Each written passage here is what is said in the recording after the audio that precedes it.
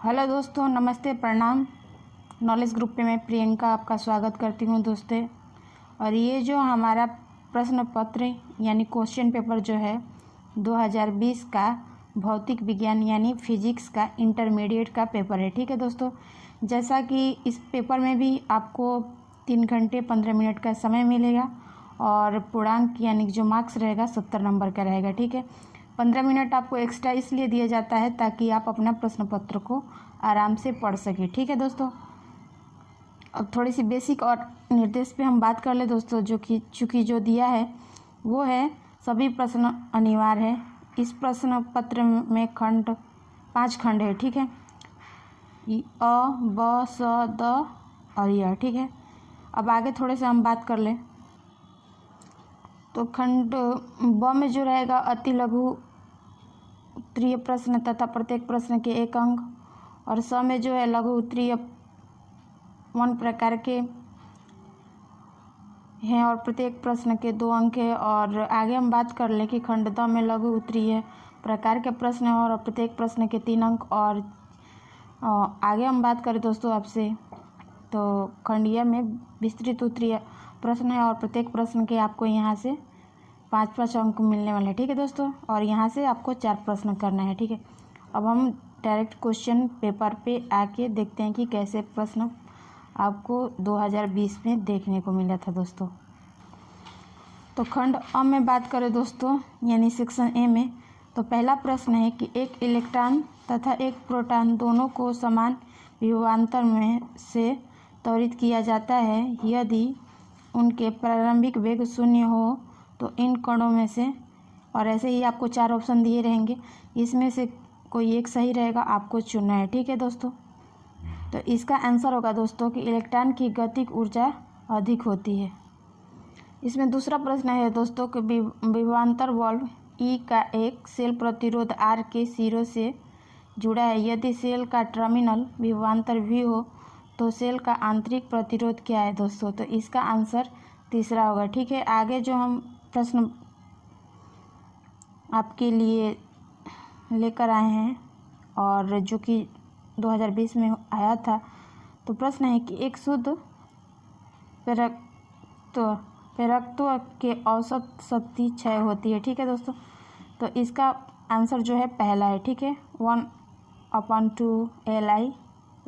ठीक है, अगला क्वेश्चन है कि एक इलेक्ट्रॉन n=2 कक्ष से n=4 कक्ष में अपनी स्थिति परिवर्तित करता है यदि r रीडबर्ग नियतांक हो तो इसमें संलग्न तरंगदैर्घ्य होगा। तो इसका आंसर होगा दोस्तों दूसरा। ठीक है, आगे और भी ऑप्शनल प्रश्न है। अगला प्रश्न है दोस्तों आपसे कि निम्नलिखित में से कौन सी तरंग विद्युत चुंबकीय तरंग है दोस्तों। तो ये ऊष्मा तरंग होगी। ठीक है, अगला क्वेश्चन है कि फोकस दूरी 20 सेंटीमीटर का एक अवतल दर्पण वस्तु के दोगुनी नाप का एक काल्पनिक प्रतिबिंब बनाता है तो वस्तु तथा दर्पण के बीच की दूरी क्या है। तो इसका आंसर होगा दोस्तों 30 सेंटीमीटर। ठीक है दोस्तों, तो ये थे ऑप्शनल प्रश्न और 6 प्रश्न थे और एक नंबर आपको यहाँ से मिलने वाला है। ठीक है, इस तरह आपको 6 नंबर मिलेंगे। ठीक है दोस्तों, ये प्रश्न पत्र इंग्लिश और हिंदी दोनों में है और जिसमें आप कंफर्टेबल हो उसको आप कर सकते हैं। ठीक है, तो खंड ब में जो प्रश्न आए थे दोस्तों वो आए थे प्रश्न क जो है एक बंद पृष्ठ के भीतर n विद्युत द्विध्रुव रखे हैं तो बंद पृष्ठ के से निर्गत कुल विद्युत फ्लक्स कितना होगा। ये भी 1 नंबर के क्वेश्चन। दूसरा क्वेश्चन है दोस्तों कि एक समतल विद्युत चुंबकीय तरंग में दोलित चुंबकीय क्षेत्र, ठीक है, के द्वारा दिया जाता है तो दोलित विद्युत क्षेत्र का व्यंजक लिखिए। ठीक है दोस्तों, तो यहाँ से 1 नंबर के आपको मिलने वाले हैं प्रत्येक प्रश्न से।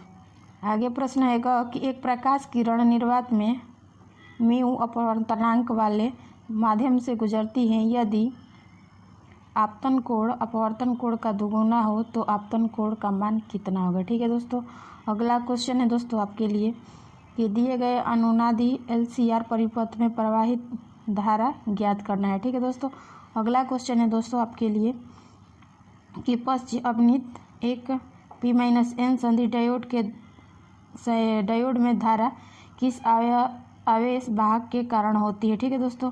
अगला प्रश्न है आपका कि एक प्रोटॉन तथा एक अल्फा कण समान विभवांतर से त्वरित किया जाता है तो उनका वेग क्रमशः Vp तथा Va हो तो Vp एवं Va में संबंध बताइए। ठीक है दोस्तों। अब हम खंड स में बात करेंगे दोस्तों कि कैसे आपके प्रश्न आए थे। तो प्रश्न तीसरा का क है कि लेंज का नियम क्या है और समझाइए कि लेंज का नियम ऊर्जा संरक्षण पर आधारित है। ठीक है। यहाँ से 2-2 नंबर के एक एक प्रश्न रहेंगे दोस्तों। अगला प्रश्न है कि हाइड्रोजन परमाणु की आयतन ऊर्जा 30.6 eV है तो हीलियम परमाणु की आयतन ऊर्जा कितनी होगी। ठीक है दोस्तों। अगला प्रश्न है आपको कि पोलराइड से समतल ध्रुवित प्रकाश का सुसंचरण कैसे करेंगे। और अगला प्रश्न है आपका दोस्तों कि नेत्र का दूरदृष्टि दोष क्या है और इसका विवरण कैसे किया जाता है। या अथवा करके एक और प्रश्न है कि गॉस के नियम की सहायता से बिंदु आवेश के कारण किस बिंदु पर विद्युत क्षेत्र की तीव्रता का व्यंजक प्राप्त कीजिए। ठीक है दोस्तों। तो इस तरह आपको यहाँ से 2 यानी 5 प्रश्न यहाँ से आपको 10 नंबर मिलने वाले हैं। अब हम आगे और प्रश्न बात करें तो आगे जो प्रश्न है दोस्तों वो है ठीक है, सेक्शन डी है। तो प्रश्न है चौथा में क के कि 100 वोल्ट और 50 हर्ट्ज वाले प्रत्यावर्ती धारा स्रोत में 10 ओम का प्रतिरोध तथा 1/10 पाई हेनरी के प्रेरक श्रेणी क्रम में जुड़े हैं तो परिपथ में औसत शक्ति की हानि ज्ञात कीजिए। ठीक है दोस्तों। तो यहाँ के प्रश्न से आपको एक प्रश्न के 3 नंबर मिलने वाले हैं। यह ख करके प्रश्न है दूसरा कि रेडियो एक्टिव क्षय का नियम क्या है, सिद्ध कीजिए। ठीक है। अगला है कि 56 वोल्ट विभवांतर के द्वारा त्वरित इलेक्ट्रॉन का पहला संवेग तथा दूसरा डी ब्रागली तरंग दैर्घ्य का गणना कीजिए। या अगला प्रश्न है दोस्तों आपका कि नाभिकीय बंधन ऊर्जा से क्या तात्पर्य है और HO6 नाभिक की द्रव्यमान क्षति एवं प्रति न्यूक्लियन बंधन ऊर्जा ज्ञात कीजिए जो कि दिया गया है। ठीक है दोस्तों। अगला प्रश्न है आपका कि वायु के सापेक्ष कांच का अपवर्तनांक 3/2 तथा जल का अपवर्तनांक 4/3 है। तो एक द्विउत्तल लेंस के वक्र पृष्ठों की वक्रता त्रिज्याएं क्रमशः 20 सेंटीमीटर तथा 30 सेंटीमीटर हैं। तो इस लेंस की फोकस दूरी वायु में तथा जल में ज्ञात करना है। ठीक है दोस्तों। तो यहाँ से एक प्रश्न के आपको 3-3 नंबर मिलने वाले हैं। ठीक है दोस्तों। अब आगे हम बात करें आपसे तो 5 नंबर का प्रश्न है दोस्तों कि प्रकाश विद्युत उत्सर्जन से संबंधित एक इलेक्ट्रॉन की अधिकतम गति ऊर्जा तथा अपतित प्रकाश की आवृत्ति में एक ग्राफ बनाइए। और पहला जो है ग्राफ में देहली आवृत्ति दर्शाइए। दूसरा है कि ग्राफ के ढाल का मान ज्ञात कीजिए। ठीक है। दूसरा प्रश्न है इसमें कि स्वप्रेरक गुणांक की परिभाषा लिखिए और 5 हेनरी के एक प्रेरक में 0.1 सेकेंड में धारा 12 एम्पियर में से बदलकर 7 एम्पियर हो जाता है तो प्रेरक में कितनी विद्युत वाहक बल प्रेरित होंगे। ठीक है दोस्तों। आगे और प्रश्न हम देखें तो अगला प्रश्न है दोस्तों आपके लिए कि ह्यूस्टन सेतु का परिपथ खींचिए तथा किरचॉफ के नियम से सेतु का संतुलन के प्रतिबंध का व्यंजक प्राप्त कीजिए। या अथवा करके एक और क्वेश्चन रहेगा जिसको आपको सॉल्व करना है। ठीक है दोस्तों। आगे प्रश्न है कि कारणों को लिखिए क्योंकि स्वच्छ आकाश नीला, बादलों में श्वेत तथा सूर्योदय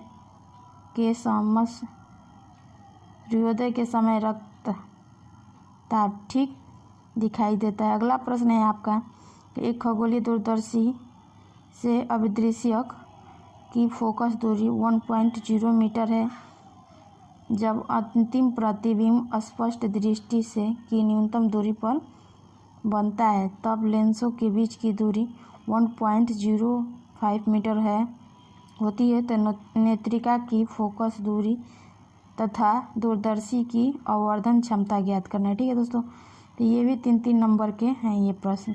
अगला प्रश्न है दोस्तों आपके लिए खंड य में कि कला संबंध स्रोत से क्या समझते हैं और स्थैतिक व्यक्तिकरण पैटर्न प्राप्त करने के लिए आवश्यक प्रतिबंधों को लिखिए या दिखाइए कि अंग के दीर्घ रेखा छिद्र प्रयोग में दीप्ति तथा अदीप्ति फ्रीजों की चौड़ाई समान होती है।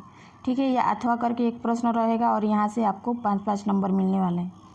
तो अगला प्रश्न और करके ये है दोस्तों, या तो आप वो करिए या फिर इसको करिए, यहाँ से आपको 5 नंबर मिलने वाले हैं। ठीक है, दोनों में से कोई एक प्रश्न आपको करना है। ठीक है, अब हम आगे प्रश्न देखें। तो आगे प्रश्न है 7वां नंबर दोस्तों कि P-N संधि डायोड के लिए पूर्ण तरंग दृष्टिकारी का परिपथ आरेख खींचकर क्रिया विधि समझाइए या निवेश तथा निर्गत वोल्टताओं की तरंग के रूप में दिखाइए या अथवा करके एक और प्रश्न रहेगा जो कि दिया है NAND गेट का लॉजिक प्रतीक तथा उसकी सत्यता सारणी बनाइए। परिपथ की सहायता से समझाइए कि ट्रांजिस्टर स्विच के रूप में कैसे कार्य करता है। तो दोस्तों यहाँ से भी आपको 5 नंबर मिलने वाले हैं। अब हम आगे प्रश्न देखें। तो 8 नंबर प्रश्न है दोस्तों कि किसी संधारित्री की विद्युत धारिता की परिभाषा दीजिए। एक फैराडे विद्युत धारिता से क्या तात्पर्य है। ठीक है, तो यहाँ से भी आपको 5 नंबर मिलने वाले हैं। या किसी समानांतर पद संधारित्री की दोनों प्लेटों के बीच आंशिक रूप से पराविद्युत रखा हो तो संधारित्री की धारिता का व्यंजक प्राप्त कीजिए। या अथवा करके एक और प्रश्न है दोस्तों, विद्युत क्षेत्र की तीव्रता तथा विद्युत विभवांतर से क्या संबंध है। गॉस के नियम से एक अनंत लंबाई के आवेशित तार के कारण किसी बिंदु पर विद्युत क्षेत्र की तीव्रता के लिए व्यंजक प्राप्त कीजिए। ठीक है दोस्तों, तो यहाँ से यानी 5-5 नंबर के 2 प्रश्न रहेंगे, तो दोनों में से कोई एक प्रश्न करना है आपको। ठीक है, जिसमें आप कंफर्टेबल हो, जो प्रश्न आपको आसानी से समझ में आता हो या आप जिसके बारे में जानते हैं उसके बारे में आपको लिखना है। ठीक है दोस्तों, अब आगे हम देखें।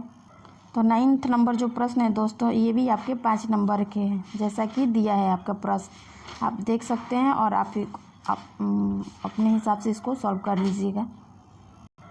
और आगे ये प्रश्न है कि एक धारामापी को अमीटर में कैसे परिवर्तित करेंगे। एक धारामापी का प्रतिरोध 5.0 ओम है तो यह अधिकतम 1.5 एम्पीयर की धारा नाप सकता है। तो इस यंत्र को 6.0 A तक की धारा नापने वाले अमीटर में कैसे बदला जा सकता है।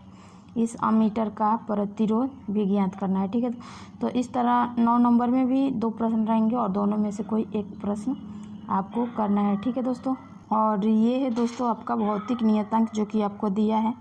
ठीक है, तो इस तरह भौतिक विज्ञान का पेपर जो है 2020 के प्रश्न पत्र जो थे हम आपको के साथ शेयर किए। मुझे उम्मीद है कि आपको बहुत ज़्यादा पसंद है। अगर पसंद आए तो लाइक शेयर, आप हमारे चैनल को सब्सक्राइब कर लीजिएगा। फिर मिलते हैं नेक्स्ट और दूसरे प्रश्न पत्र के साथ आपके साथ। तो आज इसके साथ आपको हम कहना चाहेंगे धन्यवाद दोस्तों।